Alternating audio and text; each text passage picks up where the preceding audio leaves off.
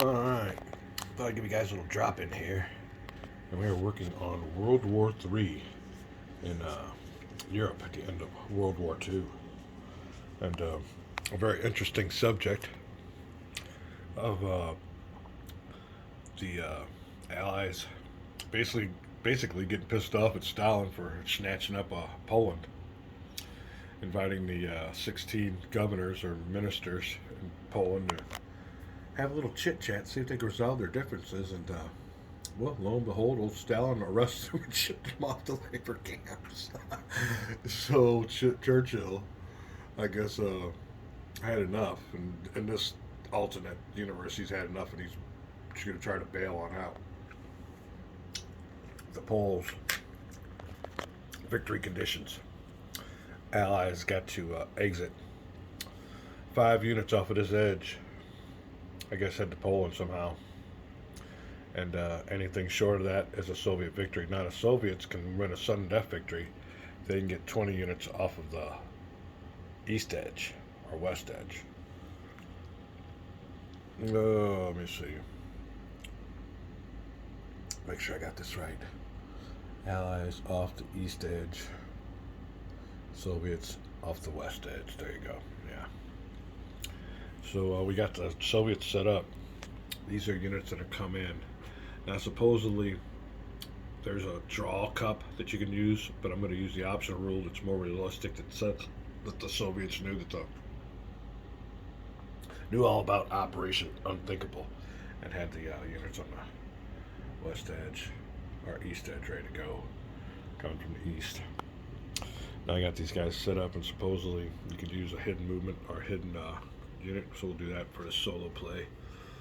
And let's just say, looking to punch right on through for that sudden victory. 20 units. I like to consolidate my edges here, my flanks. Bring these infantry, whoever can go fast along the autobahn. They have a certain road here, and punch my units off. A harder task is for the Allies to get 5 units off. All you gotta do is 5, but it's a long ways to go. We'll see what they can do. Now, with all these pencils are doing here, this is the border. This is the front line. Now, I had to roll dice because it could have been either here, up this way, or here. And what my roll was resulted in this being the front line instead of this being the front line.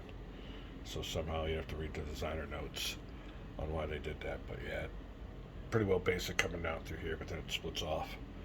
Now, for the Allies, you can't mix up the UK and the British and the U.S. forces. So you pick what line you want to keep them on. They have to be divided.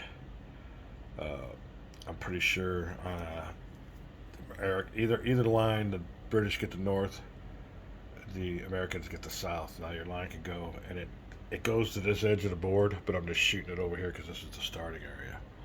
Now, would you want to have the British up north of this pencil?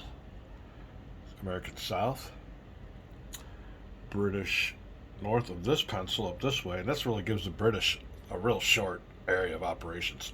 But the thing of it is, you can move this, you can alternate this each turn, you can change it. But in no way can the Americans and the British cross these lines. So what line do I want to use first?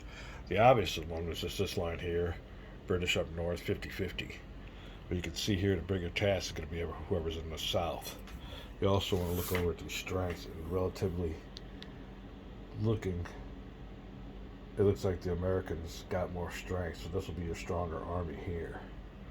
Another good one I thought of was giving the British all this up here, and then oh no, not this one. I was thinking about this one where the British can actually come down here and help out.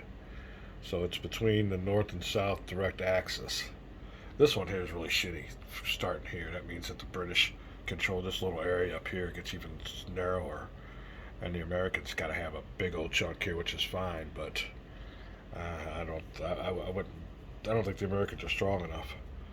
This one here gives the British a little bit more coming down ability, or like I said, you could just go straight up and have the British top, Americans on the bottom. But this way here would definitely help and bring the British on down. I'm thinking about using this axis, but like it says, at the beginning of each turn, you could change them, which is kind of part of the game. We got to play the game as it is set up. But there you go. We got some nice units through here. Some mechanized units in the back, but basically everybody's on the front line. I went ahead and did it that way, and surprisingly, it worked out real good. I had enough infantry to. The light orange is the infantry, darker is the armored or mechanized. But we are getting ready to deploy the allies. Just got to figure out what kind of zones we want to use. And having fun. Down here, feeling good, doing some more gaming. Looking for World War III right after 1945. Excited about this one. Be back.